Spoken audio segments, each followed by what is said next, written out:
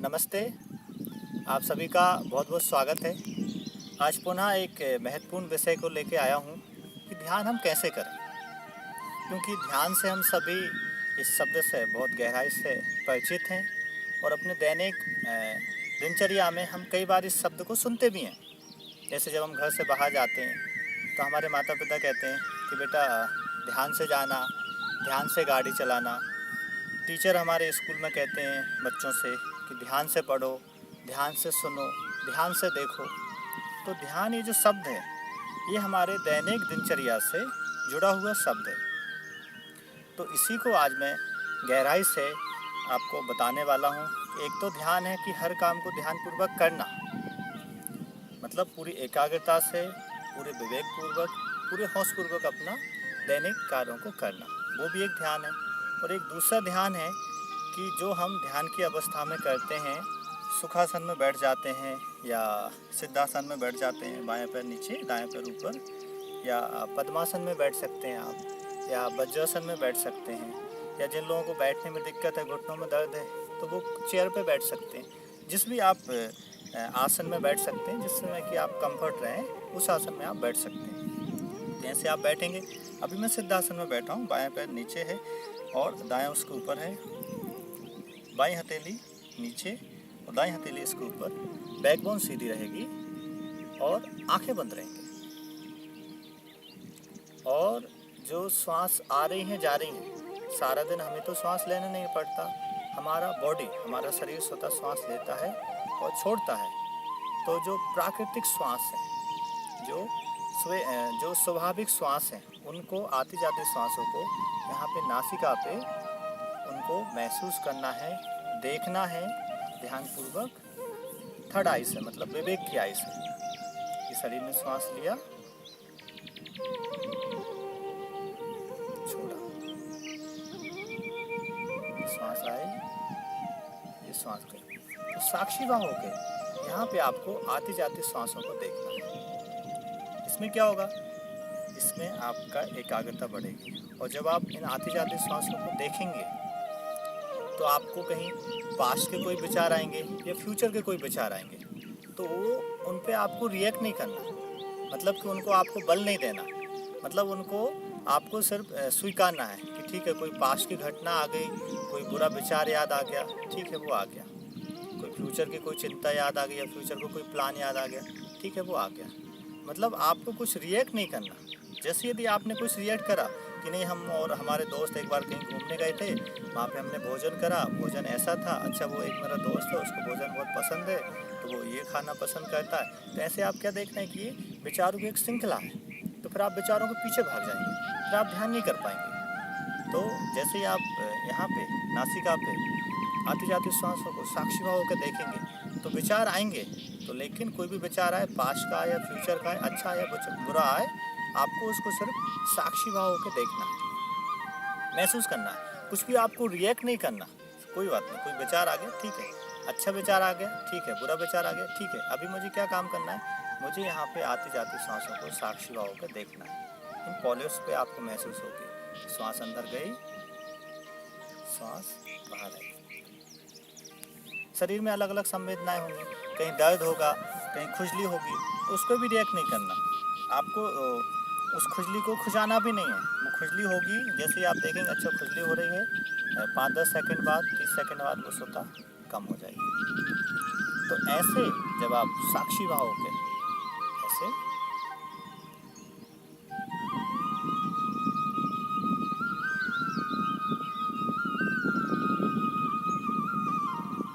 ध्यान करेंगे, स्टार्टिंग में आप 10 मिनट करिए, फिर 20 मिनट करिए, फिर आधे घंटे करिए, तो आप देखेंगे कि आपकी अवेयरनेस बहुत बढ़ेगी। क्यों?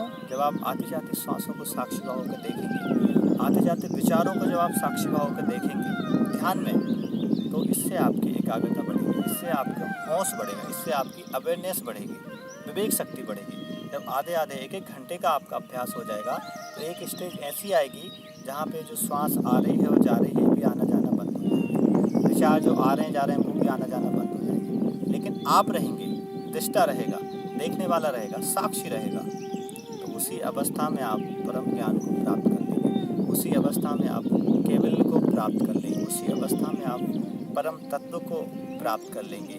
ये ध्यान जो है भगवान बुद्ध ने इस ध्यान को करा है।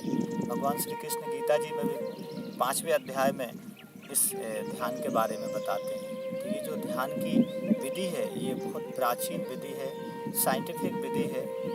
आप जब खुद इसको करेंगे तो फिर आपको खुद स्वतः इसका अनुभव होगा और आपके सांसारिक दुख तो दूर होंगे ही, आपको परम ज्ञान भी प्राप्त होगा।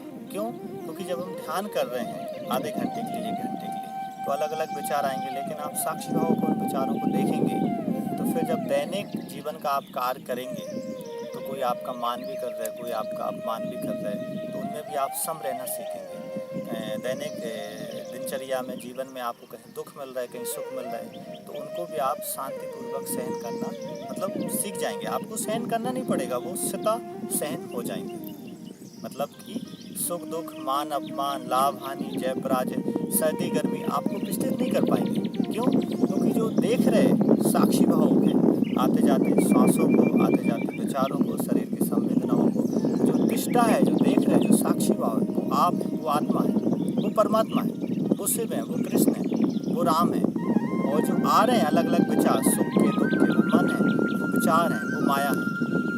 तो जितने आप इस साक्षी में स्थित होंगे उतने ही आप अपने निज स्वरूप में स्थित होंगे। इसके साथ साथ आप गीता जी का भी अध्ययन करिए। स्पेशली आप गीता जी का 2वां अध्याय पढ़िए, 5वां अध्याय पढ़िए, 13वां अध्याय पढ़िए, 14वां अध्याय पढ़िए और 15वां अध्याय पढ़िए। इन 5 अध्यायों को आप पढ़ेंगे तो इसमें इस साक्षी के बारे में भगवान श्री कृष्ण गीता जी में विस्तृत रूप से उन्होंने बताया। स्पेशली उन्होंने 5वें में, 13वें में और 14वें में तो इसी साक्षी के बारे में बताया है।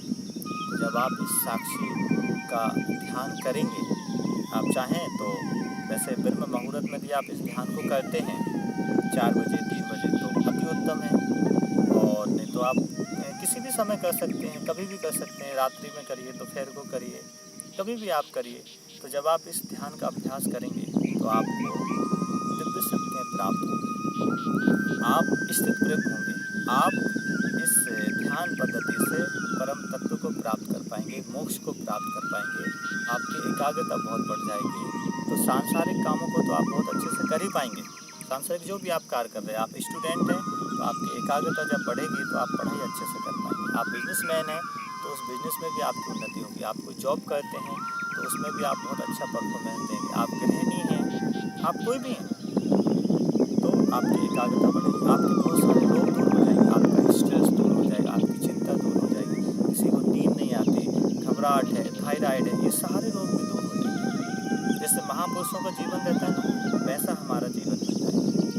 तो ये जो ध्यान की पद्धति है, आप स्वयं इसे करें और अपने जीवन में अनुभव करें कि इसके लाभ कितने होंगे। क्योंकि मैं तो इतने से वीडियो में आपको इसके पूरे लाभ बता ही नहीं सकता। अभी इन दिनों में गांव पर भी आया हूं, तो अभी आप देख रहे हैं ये दृश्य माँ नर्मदा जी का, ये पावन दृश्य, और बीच में रेत निकली हुई है।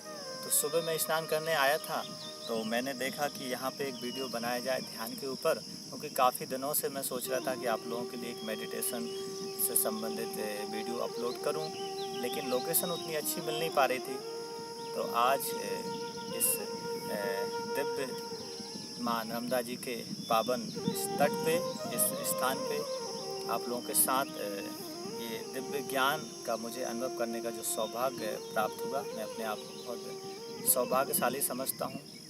आप इस ध्यान को करिए। मैं इस ध्यान पद्धति को पिछले 2 साल से कर रहा हूँ और ध्यान में पिछले 10 साल से कर रहा हूँ। मैंने अलग अलग तरीके के ध्यान करे हैं। अनाहत नाद का भी मैंने ध्यान करा हुआ है 2 साल तक, कि ओमकार के नाद को सुनना अपने अंदर, और भी अलग अलग तरीके के कि हम किसी मूर्ति को सामने रख के उसका ध्यान करें। उन ध्यानों से भी लाभ मिलता है, ऐसा नहीं है, हर ध्यान पद्धति से कुछ ना कुछ हमें मिलता है। लेकिन ये जो ध्यान पद्धति है, जो साक्षी भाव वाली ध्यान पद्धति है, इससे हमारे सारे दुख, हमारे सारे रोग और हमारा सारा अज्ञान जो है वो ढह जाता है, और आप इस ध्यान पद्धति से उस परम तत्व को, आत्म साक्षात्कार को प्राप्त कर लेते हैं। तो इसका आप अभ्यास करेंगे ऐसा मुझे आशा है। और इस वीडियो को अपने मित्रों के साथ, अपने परिवारजनों के साथ आप शेयर करेंगे, चैनल को सब्सक्राइब करेंगे। धन्यवाद। ओम।